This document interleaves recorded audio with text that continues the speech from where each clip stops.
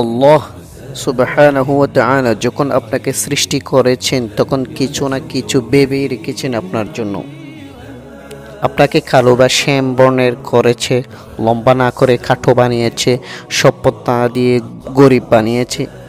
এগুলো তো আপনি আপনার ইচ্ছেতে হননি, এগুলো হয়েছেন আল্লাহর ইচ্ছায়।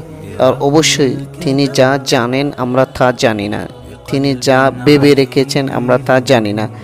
যেগুলো আমাদের হাতে নেই এগুলো নিয়ে চিন্তা করা বোকামি। যিনি নিজ হাতে করেছেন তিনিই তো এগুলোর সঠিক কারণ জানেন, সঠিক সমাধান জানেন। তাই এসব বিষয় চিন্তা করবেন না।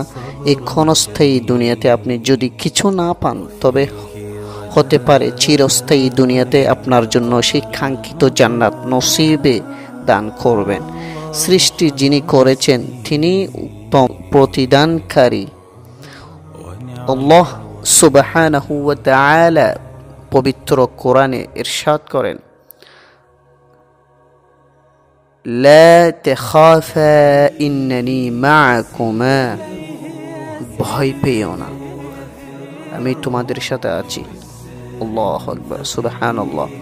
কোরআনের আরেকটি জায়গায় ইরশাদ করেন আল্লাহ সুবহানাহু ওয়া তাআলা, লা তাহজান ইন্নাল্লাহা মা'ানা, হতাশ হইও না, নিশ্চয়ই আমি তোমাদের সাথে আছি। সুবহানাল্লাহ, সুবহানাল্লাহ।